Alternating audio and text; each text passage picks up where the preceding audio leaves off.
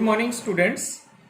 जैसा कि आपको पता, हमने पिछली जो वीडियो थी, पिछला जो हमारा लेक्चर था, उसमें हमने ये fictitious force in translatory motion की स्टडी की थी। तो आज हम fictitious force in rotational motion में बात करेंगे, या fictitious force in a rotating frame of reference में बात करेंगे। अब इसको स्टार्ट करने से पहले हम क्या करते हैं कि let us consider a frame of reference S dash rotating with constant angular velocity omega about the z axis of an inertial frame as the x prime and y prime axis of the S prime frame rotate with angular velocity omega while its z prime axis coincide with the z axis of the S frame as shown in figure. Suppose R be the position vector of the point P at any time t या at any instant t, then the velocity of the point P with respect to origin O prime at that instant is given by the relation B vector is equal to omega vector into R vector. If we take infinitely small interval of time, the point P can be assumed as another inertial frame which is moving with velocity B with respect to the inertial frame S.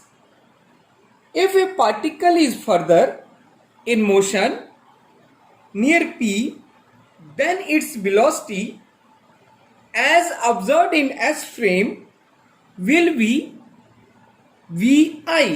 vi इसलिए लिया instantaneous velocity को, and observed in the rotating frame will be vr or rotating frame.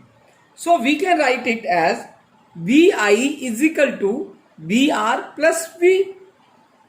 अब v की value जो है ऊपर हमें equation number 1 में दी है, वो हमने यहां पुट कर लेनी है। तो हमने क्या किया, B I is equal to B R plus omega into R, इसको ब्रैकेट में ले लिया, इसको हमने इक्वेशन नंबर 2 बोल दिया है। अब हमारे पास क्या है, अगर मैं इस इक्वेशन को रीराइट करना चाहता हूं, इस इक्वेशन को हमने रीराइट कर लिया है, ठीक है। B I is equal to B R plus omega into R. अब where B is the instantaneous velocity of the frame S dash relative to the S frame. Since Vi is the instantaneous velocity in the inertial frame and Vr that is the rotating frame, so we can write it, equation number 1 की बात कर रहा हूं, हम उसको कैसे लिख सकते हैं, dr upon dt I is equal to dr upon dt bracket r rotating plus omega into r, इसको हमने इक्वेशन नंबर और दे दिए, नेक्स्ट दे दिए। So if you see this equation that equation number 3 की बात कर रहा हूं मैं, if you see the equation number 3, it holds for vector r. It means that it yields an operator equation which can be rewritten as d upon dt I instantaneous is equal to d upon dt r plus omega. It can act all upon vectors. So if we apply the equation number 4 on vector vi, then we can obtain. हमने क्या किया, इस equation पे v को apply कर देते हैं इस इक्वेशन पे, तब देखते हैं क्या होता है। तो देन dvi अपॉन dt is equal to dvi अपॉन dvr है ये मेरे पास, तो ये मेरा r बन जाएगा, dvr upon dt plus omega into r. So now we can substitute the value of bi from equation number 1, Vi from equation number 2. In this equation on right hand side, so we get dvi upon dt is equal to d upon dt plus br plus omega into r plus omega into br plus omega into d r. अब हम क्या करते हैं, इस equation को solve करते हैं. सो dvi upon dt is equal to dvr upon dt plus d omega upon dt into r plus omega into dr upon dt plus omega into vr plus omega into r, ये brackets में.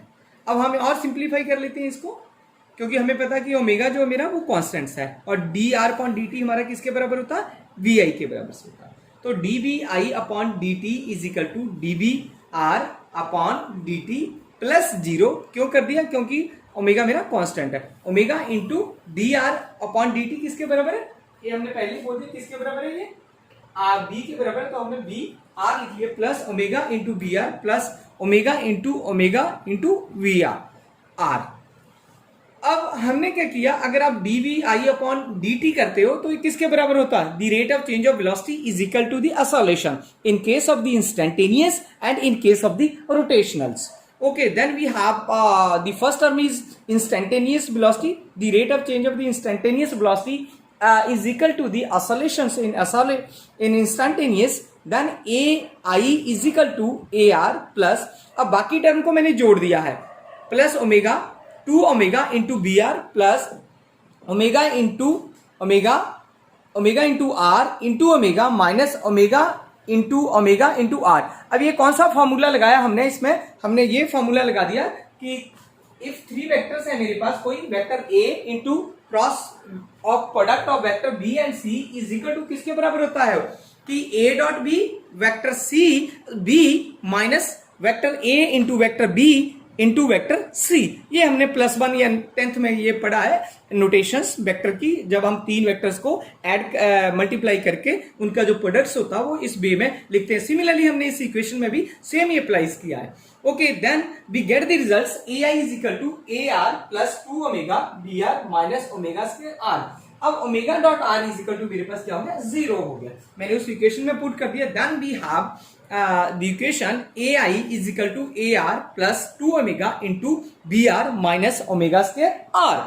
Okay, as you know that if we multiply the mass in this equation then we get the force, क्योंकि mass into acceleration is equal to force होती है मेरे पास. तो m into a, पूरी equation को मैंने क्या कर दिया, m से मल्टीप्लाई कर दिया, यानी मास से हमने मल्टीप्लाई कर दिया. Then we get the force f is equal to f R मेरा रोटेटिंग फ्रेम है, आर रोटेटिंग फ्रेम है, इट मींस मेरे पास क्या होगा, एस डैश फ्रेम होगा. ठीक है. सिमिलरली जो मेरे पास दूसरा फ्रेम है वो एफ है, तो हमने क्या कैलकुलेट कर लिया, जो इनर्शियल फ्रेम था वहां फोर्स जो है एफ बनती है, और जो रोटेटिंग फ्रेम है वहां पे फोर्स जो है वो मेरी एफ प्राइम बनी है. और सिंप्लीफाई करके मैंने वैसे का वैसा ही लिख दिया. सिर्फ मैंने 2 टर्म्स में यूज किया है, एक फ्रेम रेफरेंस एस में जो फोर्स एग्जिस्ट हुई है और जो हमें ऑब्टेन्ड हुई है फ्रेम एस डैश में, वो फोर्स हमने लिख ली है. Then we get the results F prime is equal to F minus 2 M omega into B R minus M omega square R. अब ये जो इक्वेशंस है इसको हम ऐसे भी लिख सकते हैं. अगर आपको देखा होगा ये जो इक्वेशन बनी है, ये इक्वेशन है क्या है, what does this equation, it equation that gives us the motion of a moving mass M in a rotating frame of reference. ये जो इक्वेशन है हमें क्या, moving mass m in a rotating frame of reference को बता रही है. It means that the f prime is the net force felt in the non inertial frame. अब नॉन इनर्शियल फ्रेम की बात कर रहा है, it means that it is not a real force, it is a accelerating frame. Then f is some real external force. जो f है आपकी real external force है. Then we can write it as in case of the fictitious force. ये जो relations मैंने लिखा है ये fictitious force का relations है. f naught is equal to f prime minus f. It is a fictitious force relation. Then we put the value of in this equation, then we get that f naught is equal to f prime minus f is equal to m omega square r minus 2 m omega into vr. ये हमारे पास ये vr जो है vector form है, क्योंकि velocity हमारी vector form में होती है, वेलोसिटी डायरेक्शंस हमें शो करती है. Then we can say that. अब इंटरेस्टिंग थिंग्स क्या होगी इसमें, we get the two parts. जो फिक्टिशियस फोर्स है उसके दो पार्ट्स हमने यहाँ पे ऑब्टेन किए हैं. वन बहुत इंटरेस्टिंग पॉइंट्स है ये. वन इज सेंट्रीफ्यूगल फोर्स, और जो सेंट्रीफ्यूगल फोर्स होती है, this force acts radially away from the origin on any mass m in the rotating frame of reference. जितनी भी हमारे पास सेंट्रीफ्यूगल फोर्स होती है वो हमेशा ही ओरिजिन से दूर लगती है, चाहे उसका मास कैसा भी हो. तो वही हमने यहाँ ऑब्टेन किया हुआ सेंट्रीफ्यूगल फोर्स F, इसको मैंने एफ सी एफ से लिख लिया है, is equal to M omega square R. R जो मेरा वेक्टर फॉर्म में रहेगा. Okay, then another force that is very very important, Coriolis force. ये बहुत इंपॉर्टेंट है और इसकी एप्लीकेशन जो है वो हमारे डेली लाइफ में बहुत आती है, यूज होती है. Coriolis force, then we can write it is as the F C O. कॉरोलिस-ओ फॉर्म में हमने इसको लिख लिया. तो उसकी जो वैल्यूज हमें आई है यहां से इस इक्वेशन से, तो -2 m omega into V R I है. तो this force acts on a mass which has a velocity V R in the rotating frame of reference. जितने भी रोटेटिंग फ्रेम ऑफ रेफरेंस होते हैं वहां पे कॉरोलिस फोर्स जो है एक्ट होती है. It means it gives us the right hand screw rule of the vector cross product. So an observer in the inertial frame finds no such force. It appears only to an observer in a rotating frame of reference. So हमें इसके बाद ये भी पता है कि जो fictitious force होती है वो due to rotation of earth होती है. On earth is a rotating sphere, as you know that the earth is a rotating sphere. So it is a rotating frame of reference. We can say that it is a rotating frame of reference. Any mass on the surface of earth experience some fictitious force, that is pseudo force, that is imaginary force, that is D'Alembert force. We can say that we are living on earth with two fictitious forces. One is the centrifugal force and other is the Coriolis force. So though these forces are very smaller, their effects cannot be neglected because sometimes they show significant consequences. ये ध्यान रखना है, इनका effect चाहे बहुत small होता है पर वो सिग्निफिकेंस जो है बहुत रहती है हमारी डेली लाइफ में. सो नेक्स्ट जो आर्टिकल्स है मेरे पास, हम ये प्रूव करते हैं कि earth has non inertial frame. वैसे तो मैंने ये आपको एक्सरसाइज में देना था, चलो फिर भी आपको मैं हिंट दे देता हूं. Earth has an non inertial frame. The earth is revolving about the sun in an orbit of radius 1.49 into 10 raised to power 8 kilometers. ये हमें सबको पता है. जो इसका पीरियड्स होता है, period of revolutions in 1 years, उसमें क्या है, the orbital velocity of the earth. हमें पता है orbital velocity of the earth किसके बराबर होती है, 2 पाई r अपॉन t के बराबर. 2 पाई r अपॉन t के बराबर होती है इसकी जो वैल्यू होती है. अब 2 पाई 2 की वैल्यू वैसे ही लिख दी, पाई की वैल्यू हमें पता है 20/7 होती है, इंटू आर हमने लिख लिया 1.49 इंटू 10⁸ इंटू 10⁻3, वो मीटर में कर लिया हमने कन्वर्ट.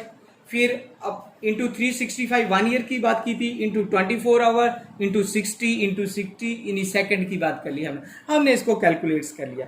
अब हमें पता है कि जो वेलोसिटी है वो कितनी है, 3 इंटू 10⁴ मीटर पर सेकेंड आ गई है हमारे पास. ठीक है. अब जो सेंट्रीपिटल ऑसिलेशन ऑफ अर्थ है वो हमें पता है, AC से हम डिनोट करते हैं उसको, is equal to b²/r.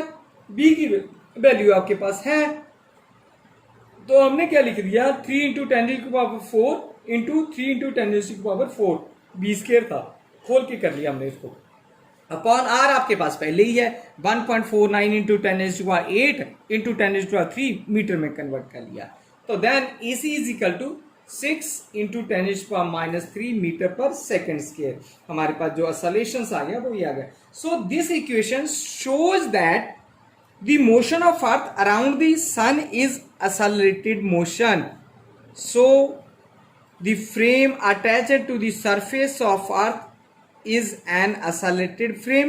It is therefore non inertial frame. हमें पता कि जो नॉन इनर्शियल फ्रेम होते हैं वो क्या होते हैं, एक्सेलरेटेड होते हैं. असलेशन होती है, तो असलेशन तो इसने शो कर दी, तो जब असलेशन शो कर दी इसने, तो हम यही प्रूव करते हैं कि अर्थ मेरा जो है non inertial frame of reference में। अब इसके बाद हमारे पास क्रॉलीज फोर्स की एप्लीकेशंस आएंगे नेक्स्ट लेक्चर्स में, और उसके बाद एक फॉकल्स पेंडुलम आएगा, उसके बाद मैं आपको न्यूमेरिकल और जो एग्जाम के क्वेश्चंस है वो आपको बता दूंगा। Thank you very much.